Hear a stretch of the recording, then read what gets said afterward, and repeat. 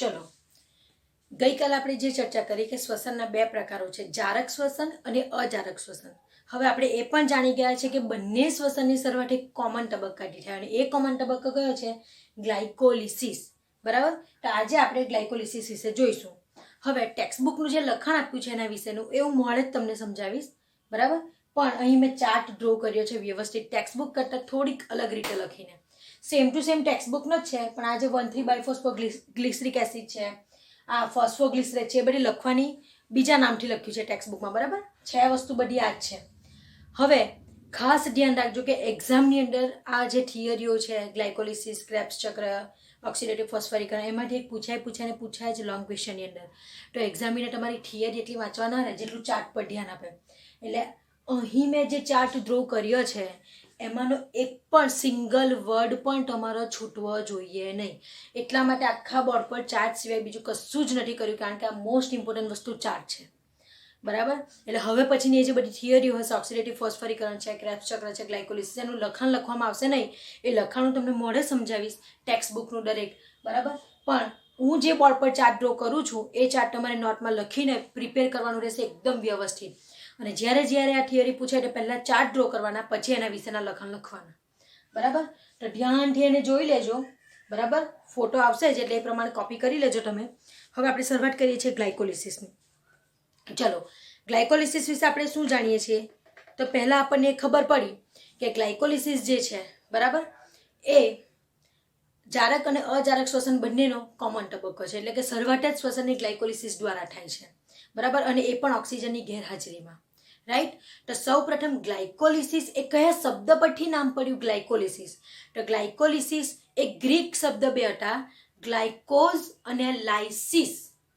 ગ્લાયકોઝ અને લાઇસિસ એ બંને ગ્રીક શબ્દ છે.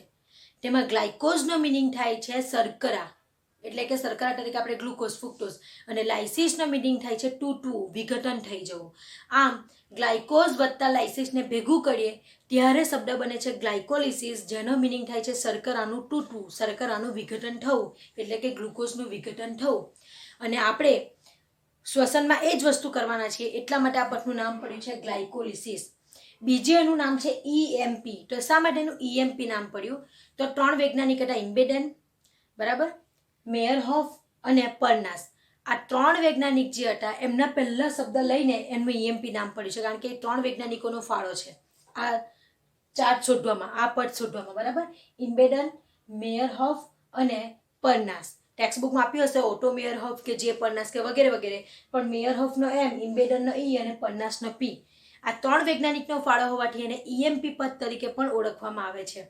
જેમ આપણે જોયું કે C3 ચક્ર કેલ્વિને શોધેલું એટલે એને કેલ્વિન ચક્ર તરીકે પણ ઓળખવામાં આવ્યું, તેમ આ EMP પદ, આ ગ્લાયકોલિસિસ એ ઇમ્બેડન, મેયરહોફ અને પરનાસે શોધ્યું એટલે એને EMP પદ તરીકે પણ ઓળખવામાં આવે છે.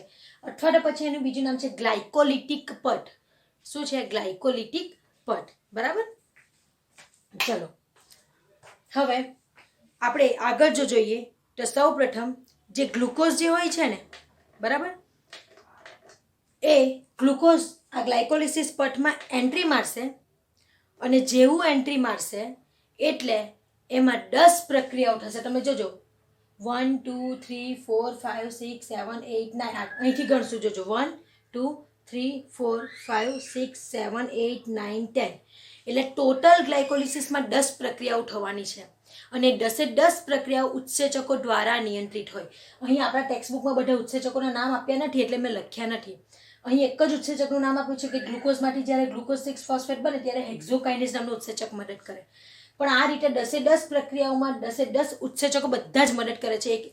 આમાંથી આ બને તો ઉત્સેચક, આમાંથી આ બને તો ઉત્સેચક, આમાંથી આ બને ઉત્સેચક, આમાંથી આ બને ઉત્સેચક. એટલે 10 પ્રક્રિયાઓ બધા જ ઉત્સેચકો દ્વારા બધી જ પ્રક્રિયા નિયંત્રિત હોય છે. એટલા માટે ગ્લાયકોલિસિસની પ્રક્રિયા જે છે, જેમાં આપણે શીખી જ ગયા છે ગયા લેક્ચરમાં કે એક ગ્લુકોઝ એન્ટ્રી મારશે અને એન્ડમાં 2 પાયરુવિક એસિડ, જો 2X લખ્યું છે, 2 પાયરુવિક એસિડના અણુ મળવાના છે આપણને. બરાબર.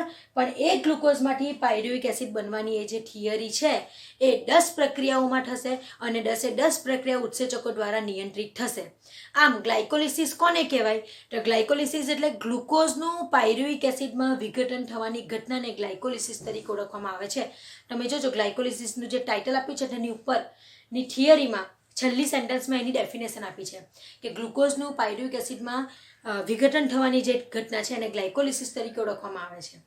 બરાબર. તો એક ગ્લુકોઝમાંથી 2 પાયરુવિક એસિડ બને વિઘટન થઈને, પણ એ 10 પ્રક્રિયાઓમાં એ ગ્લુકોઝમાંથી પાયરુવિક એસિડ બને અને 10 પ્રક્રિયા ઉત્સેચકો દ્વારા નિયંત્રિત હોય છે. ચલો, ત્યાર પછી કે ગ્લાયકોલિસિસ ક્યાં થાય છે? તો આપણે એ પણ શીખી ગયા છે કે ગ્લાયકોલિસિસ એ કોષ અથવા તો કોષ રસના આધારકમાં થાય છે. બરાબર. અને એ ગ્લાયકોલિસિસમાં શું થાય છે? તો એ ગ્લાયકોલિસિસમાં ગ્લુકોઝનું વિઘટન થઈને આપણને પાયરુવિક એસિડ મળે છે. પણ એ ગ્લુકોઝ વનસ્પતિઓમાં આવે ક્યાંથી? તો યાદ કરો, વનસ્પતિ પ્રકાશ સંશ્લેષણની ક્રિયા દરમિયાન સુક્રોઝ બનાવે. ગ્લુકોઝ એ મોનોસેકેરાઇડ, ગ્લુકોઝના 2 અણુ ભેગા થાય તો ડાયસેકેરાઇડ સુક્રોઝ અને ઘણા બધા ભેગા થાય તો સ્ટાર્ચ, બરાબર, જેને આપણે પોલિસેકેરાઇડ કહીએ. તો એ જે સુક્રોઝ હોય છે, બરાબર, એ સુક્રોઝ ડાયસેકેરાઇડ છે. એમાંથી 2 ગ્લુકોઝના અણુ છૂટા પડે છે એટલે કે મોનોસેકેરાઇડ છૂટું પડે છે. અઠવાડિયા પછી જે કોષની અંદર જે કાર્બોદિત સંચય પામેલો હોય છે એમાંથી ગ્લુકોઝ આવે છે. એટલે ગ્લાયકોલિસિસમાં આપણને પ્રશ્ન તો થાય ને કે ગ્લાયકોલિસિસ ગ્લુકોઝથી શરૂઆત થાય તો એ ગ્લુકોઝ આવે ક્યાંથી? તો પ્રકાશ સંશ્લેષણની ક્રિયા દરમિયાન જે સુક્રોઝ બનેલું હોય છે એ સુક્રોઝમાંથી સુક્રેઝ, કે અઠવાડિયાનું બીજું નામ છે ઇન્વર્ટેઝ, એ ઉત્સેચકની મદદથી સુક્રોઝમાંથી ગ્લુકોઝના અણુ છૂટા પડે છે 2. સુક્રોઝ ડાયસેકેરાઇડ છે, તેમાંથી ગ્લુકોઝ અને ફ્રુક્ટોઝના 2 અણુ છૂટા પડે છે. તમે જોજો, તમે શીખી જ ગયા છો કાર્બોદિતમાં કે ગ્લુકોઝ, ફ્રુક્ટોઝ અને ગેલેક્ટોઝ એ 3 મોનોસેકેરાઇડ છે, જેમાંથી ગ્લુકોઝ અને ફ્રુક્ટોઝ 2 જોડાઈને તો સુક્રોઝ બને. બરાબર. એટલે સૌપ્રથમ પહેલાં જે સુક્રોઝ વનસ્પતિમાં પ્રકાશ સંશ્લેષણની ક્રિયા દ્વારા સંગ્રહ પામેલો હશે ને કોષોની અંદર, એ કોષોની અંદરનું જે સુક્રોઝ છે એ સુક્રોઝ સુક્રેઝ કે ઇન્વર્ટેઝ નામના ઉત્સેચકની મદદથી ગ્લુકોઝ અને ફ્રુક્ટોઝમાં ફેરવાશે. અને ત્યાર પછી એ ગ્લુકોઝ અને ફ્રુક્ટોઝ આ ગ્લાયકોલિટિક પથમાં અંદર, એટલે કે ગ્લાયકોલિસિસ પથમાં એન્ટ્રી મારે છે. ગ્લુકોઝની જગ્યાએ ફ્રુક્ટોઝ હોય તો પણ આ જ સેમ વસ્તુ થશે. બરાબર, કોઈ ફરક પડશે નહીં. એટલે ગ્લાયકોલિટિક પથમાં 2 વસ્તુ એન્ટ્રી મારી શકે, ક્યાં તો ગ્લુકોઝ, ક્યાં તો ફ્રુક્ટોઝ. બંને મોનોસેકેરાઇડ જ છે, બંને હેક્ઝોશર્કરા જ છે. બરાબર. એટલે એમાં કોઈ ફરક પડતો નથી. તો હવે આપણે ગ્લાયકોલિસિસ વિશેનું જે બેઝિક હતું એની ચર્ચા થઈ ગઈ. અને હવે ચાર્ટ જે છે એના પ્રમાણે હું તમને લખાણ સમજાવું છું. હવે જો ટેક્સ્ટબુકનું લખાણ મોઢે કરવા નહીં જવાનું હોય. ટેક્સ્ટબુકમાં મેં તમને જે બેઝિક કીધું એ બધું ટેક્સ્ટબુકનું બરાબર યાદ રાખવાનું. પછી ચાર્ટ જેવો ડ્રો કર્યો ને એ ચાર્ટ પરથી આપણે લખાણ જાતે જ લખવાનું હોય. એટલે શરૂઆતનું અને એન્ડનું જે ટેક્સ્ટબુકનું છે એ આપણે કમ્પલસરી યાદ રાખવાનું. એની વચ્ચેનું જે થિયરીનું લખાણ છે, જે ચાર્ટ પરથી લખાણ છે એ આપણે જાતે જ લખવાનું હોય. બરાબર. તો સૌ પ્રથમ જોજો કે ગ્લાયકોલિસિસ જે છે એ 2 તબક્કામાં થાય છે. એક ફોસ્ફોરીકરણ તબક્કો અને બીજો વિફોસ્ફોરીકરણ તબક્કો. જેમાં પહેલી, બીજી, ત્રીજી, ચોથી અને પાંચમી 1 થી 5 પ્રોડક્ટ બને એ ત્યાં સુધીના તબક્કાને ફોસ્ફોરીકરણ તબક્કા કહેવાય. અને 5 થી પછી 10 પ્રક્રિયા થાય એને વિફોસ્ફોરીકરણ તબક્કો કહેવામાં આવે છે. તો સૌપ્રથમ ફોસ્ફોરીકરણ અને વિફોસ્ફોરીકરણનો ફરક શું છે એ આપણને ખબર હોવી જોઈએ. તો ફોસ્ફોરીકરણ એટલે ફોસ્ફેટ ઉમેરાવું એટલે ફોસ્ફોરીકરણ, અને વિફોસ્ફોરીકરણ એટલે ફોસ્ફેટ દૂર થવું, અથવા તો ડીફોસ્ફોરીકરણ અથવા વિફોસ્ફોરીકરણ લખે તો પણ સેમ જ થાય. બરાબર. એટલે ફોસ્ફોરીકરણ એટલે યાદ રાખજો, ફોસ્ફેટ ઉમેરાશે શેમાં? તો આ મેઇન પ્રોડક્ટમાં. જેટલી બી મેઇન પ્રોડક્ટ હશે ને એ બધી બ્લુ પેનથી લખી છે. બરાબર. તો એ પ્રોડક્ટની અંદર ફોસ્ફેટ ઉમેરાશે એટલે એ પ્રોડક્ટનું ફોસ્ફોરીકરણ થયું કહેવાય. તો આ બધી પ્રોડક્ટમાં ફોસ્ફેટ ઉમેરવાની પ્રક્રિયા થતી હશે એટલે એને ફોસ્ફોરીકરણ તબક્કામાં લખ્યું છે. ત્યાર પછી અહીંથી જે પ્રક્રિયા ચાલુ થશે એમાં એ બધી પ્રોડક્ટમાંથી ફોસ્ફેટનો અણુ દૂર થતો હશે, એટલા માટે એને વિફોસ્ફોરીકરણ તબક્કામાં લખ્યું હશે. બરાબર. ચલો, તો હવે આપણે શરૂઆત કરીએ છીએ. બહુ જ ધ્યાનથી સમજજો કે હું કઈ રીતે બોલું છું, એક્ઝામમાં કઈ રીતે લખવાનું ચાર્ટ પરથી. બરાબર, એને ધ્યાનથી સમજજો. તો ચલો, અહીં છે ગ્લુકોઝ. સૌ પ્રથમ ગ્લુકોઝ જે 6 કાર્બનયુક્ત હોય છે, બરાબર, એ ગ્લાયકોલિસિસ પથમાં એન્ટ્રી મારે છે. એ ગ્લુકોઝનું હેક્ઝોકાઇનેઝ નામના ઉત્સેચકની મદદથી ફોસ્ફોરીકરણ થશે. ફોસ્ફોરીકરણ થશે એટલે ફોસ્ફેટનો અણુ ગ્લુકોઝમાં ઉમેરાશે. અને એ ફોસ્ફેટનો અણુ જે ગ્લુકોઝમાં ઉમેરાય છે એ ગ્લુકોઝના 6થા નંબરના કાર્બન પર જઈને ફોસ્ફેટ ઉમેરાશે એટલે લખ્યું છે ગ્લુકોઝ 6 ફોસ્ફેટ. કેમ? કેમ કે 6થા નંબરના કાર્બન પર જઈને ફોસ્ફેટ ઉમેરાયો એટલે 6 ફોસ્ફેટ. અને ગ્લુકોઝ 6 ફોસ્ફેટ એ પણ 6 કાર્બનયુક્ત જ પ્રોડક્ટ છે. બરાબર. પણ એ દરમિયાન ગ્લુકોઝમાં જે ફોસ્ફેટ આપણે ઉમેરીને ગ્લુકોઝ 6 ફોસ્ફેટ બનાવ્યો તો ગ્લુકોઝમાં ઉમેરવાનો ફોસ્ફેટ આપણે લાવ્યા ક્યાંથી? તો કોષમાં એ દરમિયાન જે એટીપી હશે એ એટીપીમાંથી આપણે એક ફોસ્ફેટ લઈએ છીએ અને એટીપીમાંનો એક ફોસ્ફેટ આપણે ગ્લુકોઝમાં ઉમેરાય છે અને એટલા માટે ગ્લુકોઝ 6 ફોસ્ફેટમાં ફેરવાય છે અને એટીપી એડીપીમાં ફેરવાઈ જાય છે. ટ્રાયફોસ્ફેટમાંથી ડાયફોસ્ફેટ બની ગયું. કેમ કે એનો એક ફોસ્ફેટ ગ્લુકોઝમાં ઉમેરાયો અને ગ્લુકોઝ 6 ફોસ્ફેટ બન્યું. એનો મતલબ કે બહુ જ ધ્યાનથી સમજજો, ગ્લુકોઝનું અહીં ફોસ્ફરીકરણ થયું અને એટીપીનું અહીં વિફોસ્ફરીકરણ થયું. ખબર પડી? પણ આપણે એને ફોસ્ફરીકરણ તબક્કો કેમ લખીએ? આપણે મેઇન પ્રોડક્ટમાં જે થાય ને એ ધ્યાન આપવાનું છે. અહીં ફોસ્ફરીકરણ થાય એટલે ગ્લુકોઝનું, અને ગ્લુકોઝનું ફોસ્ફરીકરણ થાય એટલે ફોસ્ફેટ ઉમેરાય. પણ એ ફોસ્ફેટ આપણે જોઈએ તો ખરું ને કશકથી, તે ફોસ્ફેટને આપણે એટીપીમાંથી લઈએ છીએ અને એટીપી એડીપીમાં કન્વર્ટ થઈ જાય છે. બરાબર. ત્યાર પછી ગ્લુકોઝ 6 ફોસ્ફેટ એના સમસ્થાને ફ્રુક્ટોઝ 6 ફોસ્ફેટમાં ફેરવાઈ જાય છે. બરાબર. ત્યાર પછી એ પણ 6 કાર્બનયુક્ત જ હોય છે. ત્યાર પછી ફ્રુક્ટોઝ 6 ફોસ્ફેટમાં ફરી પાછો ફોસ્ફેટ ઉમેરાય છે અને એ ફોસ્ફેટ પણ એટીપીના અણુમાંથી જ ઉમેરાશે. એટલે એટીપીમાંનો એક ફોસ્ફેટ ફ્રુક્ટોઝ 6 ફોસ્ફેટમાં પહેલા નંબરમાં કાર્બન પર જેને ઉમેરાય છે એટલા માટે ફ્રુક્ટોઝ 6 ફોસ્ફેટ ફ્રુક્ટોઝ 1,6 બાયફોસ્ફેટમાં ફેરવાઈ ગયું અને એટીપીમાંથી એક ફોસ્ફેટ જતો રહ્યો એટલે એટીપી એડીપીમાં કન્વર્ટ થઈ ગયું. અને આ ફ્રુક્ટોઝ 1,6 બાયફોસ્ફેટ જે પ્રોડક્ટ બની એ પણ કેટલા કાર્બનયુક્ત છે? 6 કાર્બનયુક્ત. હવે એ 6 કાર્બનયુક્ત પ્રોડક્ટ જે છે એ 3 કાર્બનવાળી 2 પ્રોડક્ટમાં ફેરવાઈ જાય છે. એક ડાયહાઇડ્રોક્સી એસિટોન ફોસ્ફેટ અને ફોસ્ફોગ્લિસરાલ્ડિહાઇડ. આપણને શોર્ટ ફોર્મ ખબર જ છે, ડાયહાઇડ્રોક્સી એસિટોન ફોસ્ફેટ એટલે DHAP અને ફોસ્ફોગ્લિસરાલ્ડિહાઇડ એટલે PGAL. આપણે કેલ્વિન ચક્રમાં વસ્તુ શીખી જ ગયા છે. બરાબર. તો આ પણ 3 કાર્બનયુક્ત છે, આ પણ 3 કાર્બનયુક્ત. એટલે આ 6 કાર્બનયુક્ત શર્કરા જે છે એ 3 કાર્બનયુક્ત 2 શર્કરામાં વિઘટન પામે છે, DHAP અને PGAL. પણ એ બેની એક ખાસિયત છે કે એ લોકો ગમે જ્યારે જરૂરિયાત પ્રમાણે DHAP PGALમાં ફેરવાઈ શકે છે અને PGAL જરૂરિયાત પ્રમાણે DHAPમાં ફેરવાઈ શકે છે. એટલે આ વસ્તુ ખાસ આપણે બતાવવાનું કે બંને શર્કરા એવી છે કે જરૂરિયાત પ્રમાણે એકબીજામાં કન્વર્ટ થતી રહે છે. બરાબર. એટલે 6 કાર્બનમાંથી 3 કાર્બનનું DHAP બન્યું અને 3 કાર્બનનું PGAL બન્યું. પણ હવે PGALમાંથી આગળ પાયરુવિક એસિડ બનશે એટલે DHAP PGALમાં ફેરવાઈ જશે. બરાબર. એટલે આ PGALનો એક અણુ અને આ DHAP પણ PGALમાં ફેરવાઈ જશે. એટલે આપણી પાસે અહીં PGALના કેટલા અણુ મળે છે? 2 અણુ મળે. હવે જે અણુ મળશે ને તેને x તરીકે 2x 2x 2x દર્શાવ્યું હશે એટલે સમજી જવાનું કે 2ની સંખ્યામાં મળે છે. અહીંયા 3 કાર્બન કાર્બન લખ્યું હશે એટલે કે કેટલા કાર્બનયુક્ત પ્રોડક્ટ છે તે લખ્યું હશે. બરાબર. ચલો, તો અહીં આપણને PGALના 2 અણુ મળે છે. બરાબર. એક DHAP પણ પાછું PGALમાં કન્વર્ટ થઈ જશે અને PGAL પોતે પણ છે.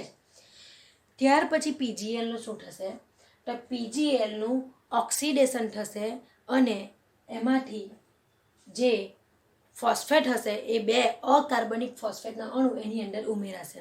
હવે ટેક્સ્ટબુકમાં એમ લખ્યું છે કે એક અકાર્બનિક ફોસ્ફેટનો અણુ ઉમેરાય ને મેં અહીં લખ્યું છે 2 અકાર્બનિક ફોસ્ફેટનો અણુ ઉમેરાય. તો ગુજવાટા નહીં. ટેક્સ્ટબુકમાં કેમ એક લખ્યું છે કેમ કે PGALનો એક અણુ લે છે તો એક અણુ 1,3 બાયફોસ્ફોગ્લિસરિક એસિડ મળશે તો એક જ વખત અકાર્બનિક ફોસ્ફેટ ઉમેરાશે ને. પણ અહીં DHAP પણ PGALમાં ફેરવાઈ જશે અને 2નું જ સળંગ લખ્યું છે એટલા માટે અહીં અકાર્બનિક ફોસ્ફેટ પણ 2ની સંખ્યામાં લખ્યા છે. ટેક્સ્ટબુકમાં એક હોય તો ગુચવાશો ને એક PGALમાંથી આખું આ એક પાયરુવિક એસિડનું નિર્માણ માટે લખ્યું હશે એટલે એક લખ્યું હશે. ખબર પડી? પણ અહીં DHAP પણ PGALમાં ફેરવાઈ જશે એટલે PGALના 2 અણુ છે એટલે 2 PGALમાંથી હવે 1,3 બાયફોગ્લિસરિક એસિડ બનશે, એના 2 અણુ બનશે. આ 2 છે એટલે આ પણ 2 બનશે, એકમાંથી એક ને બીજામાંથી બીજું.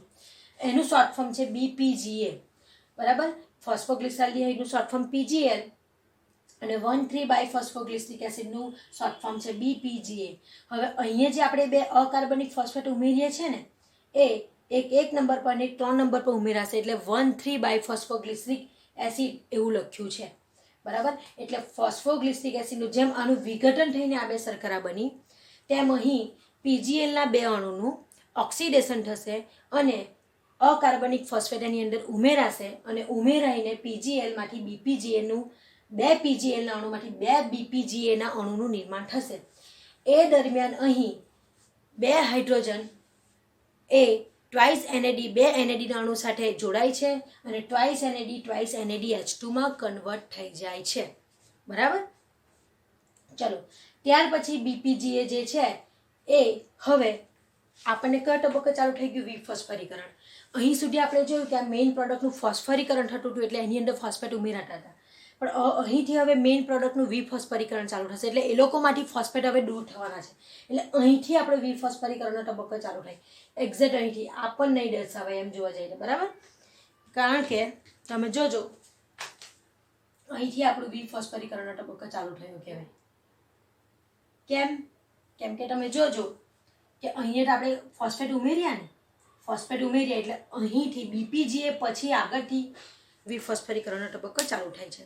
તો તમે જોજો કે આ જે બીપીજીએ જે છે બરાબર, બીપીજીએ જે છે એમાંથી એનું વિફોસ્ફરીકરણ થશે. વિફોસ્ફરીકરણ થશે એટલે એમાંથી ફોસ્ફેટ દૂર થશે.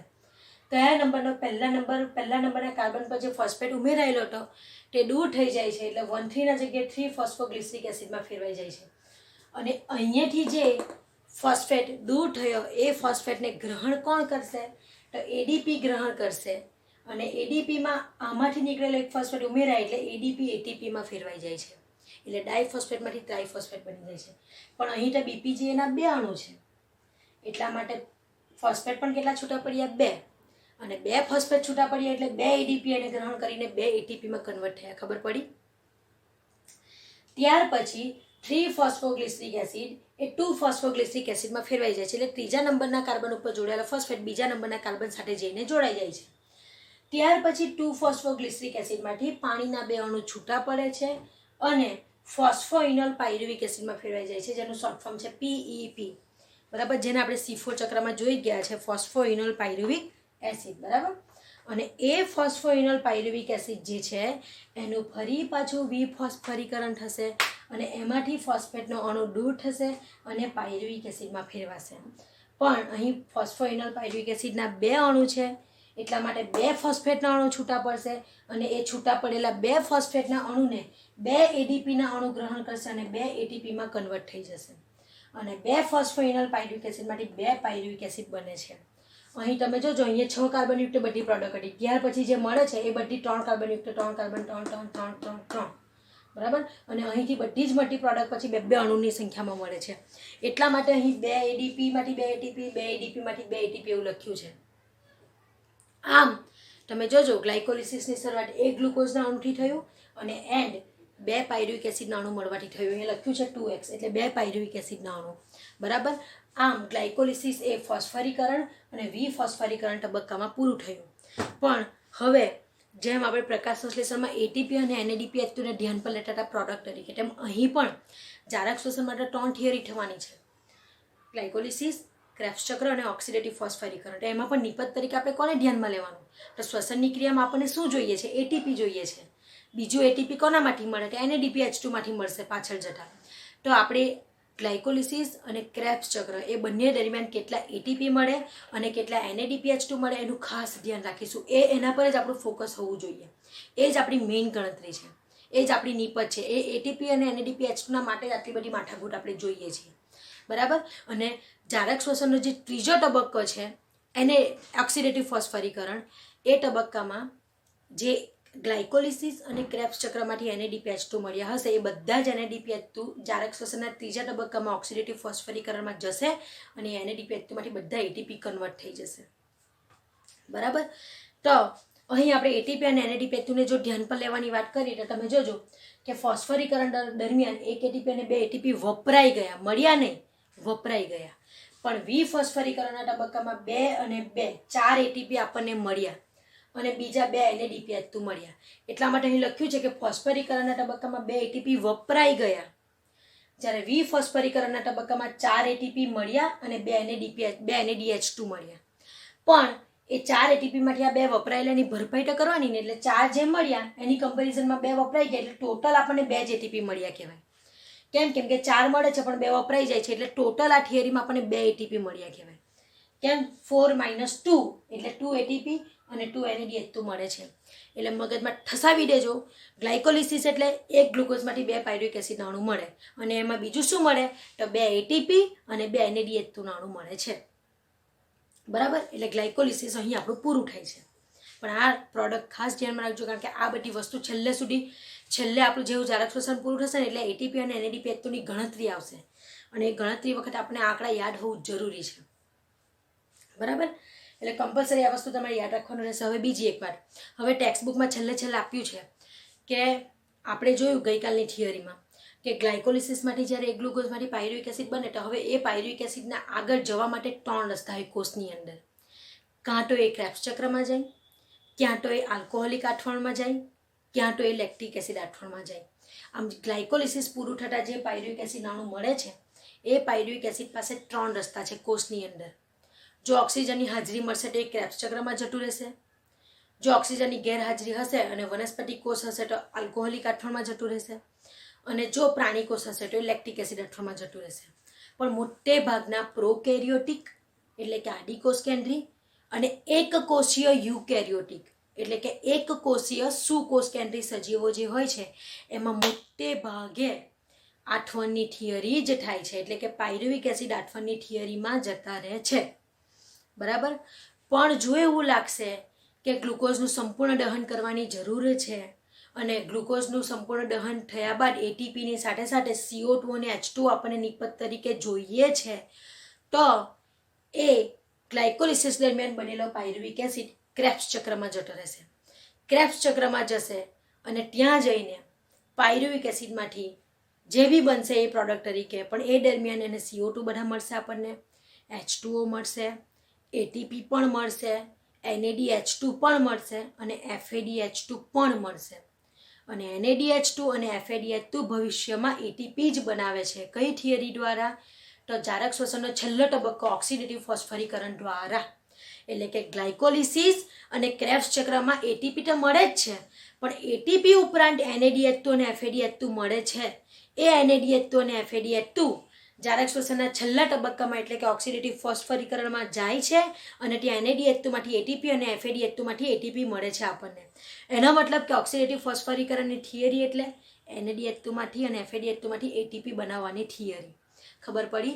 એટલા માટે હું તમને કહું છું કે ગ્લાયકોલિસિસ અને ક્રેબ્સ ચક્રમાં પ્રોડક્ટ તરીકે એટીપી અને NADH2 કે FADH2 ક્યાં ક્યાં મળે એની આપણે ગણતરી મગજમાં બેસાડતા જ જઈશું. તો ગ્લાયકોલિસિસમાં ફરી પાછું કે જ્યારે ગ્લાયકોલિસિસમાં એક ગ્લુકોઝમાંથી 2 પાયરુવિક એસિડ બને છે એ દરમિયાન ફોસ્ફરીકરણના તબક્કામાં 2 એટીપી વપરાય છે, વિફોસ્ફરીકરણમાં 4 એટીપી મળે છે, પણ પેલા 2ની ભરપાઈ થાય એટલે ટોટલ 2 એટીપી મળે, પ્લસ બીજા 2 NADH2 મળે છે. બરાબર, એટલે ગ્લાયકોલિસિસની નિપજમાં 2 એટીપી અને 2 NADH2 આપણને મળ્યા. બરાબર, અને આ તબક્કા દરમિયાન ઓક્સિજનની હાજરી આપણને જરૂરી હતી નહીં, પણ જો આ પાયરુવિક એસિડ એ ક્રેબ્સ ચક્રમાં જશે તો એ ઓક્સિજનની હાજરી એને કમ્પલસરી જોઈશે. પણ જો એ પાયરુવિક એસિડ આઠવણમાં જશે તો એને ઓક્સિજનની જરૂરિયાત રહેતી નથી, તો તેને આપણે અજારક શ્વસન કહીએ છીએ. બરાબર, તો અહીં આજે આપણું આ ગ્લાયકોલિસિસ પૂરું થાય છે. ટેક્સ્ટ બુકનું તમે બહુ ધ્યાનથી લખાણ વાંચો. કોઈ પણ પોઈન્ટ એવો નહીં હોય કે જેની આપણે ચર્ચા નહીં કરી, બધા જ પોઈન્ટની ચર્ચા થઈ ગઈ છે. ટેક્સ્ટ બુકમાં તમે ચાર્ટ જોશો તો થોડુંક આઘું પાછું લાગશે, પણ આ તમને પરફેક્ટ મગજમાં બેસી જશે. બરાબર, આ તમને ઇઝી પર સારી તૈયાર રાખજો. તમને ઘણી બધી જગ્યાએ ટેક્સ્ટ બુકમાં 3 કાર્બનની જગ્યાએ ટ્રાયોસ ફોસ્ફેટ છે, કોણ તો 3 ફોસ્ફોગ્લિસરેટ કેવું નામ લખ્યું હશે, ફોસ્ફોગ્લિસરાલ્ડિહાઇડના જગ્યાએ 3 ફોસ્ફોગ્લિસરેટ કેવું લખ્યું હશે. તે લખો તો પણ સાચું, ના લખો તો પણ સાચું. પછી ટ્રાયોસ ફોસ્ફેટ એવું બધું લખ્યું હશે, પણ એ બધું કશું કરવાની જરૂર નહીં મળે.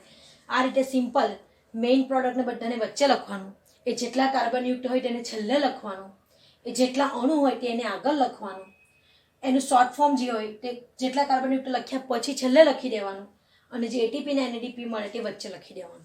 બરાબર, આમાંથી એક પણ વર્ડ જો છૂટ્ય હશે ને એક્ઝામની અંદર તો તમારા 0.5 કરીને બધા કાપી લેવામાં આવશે.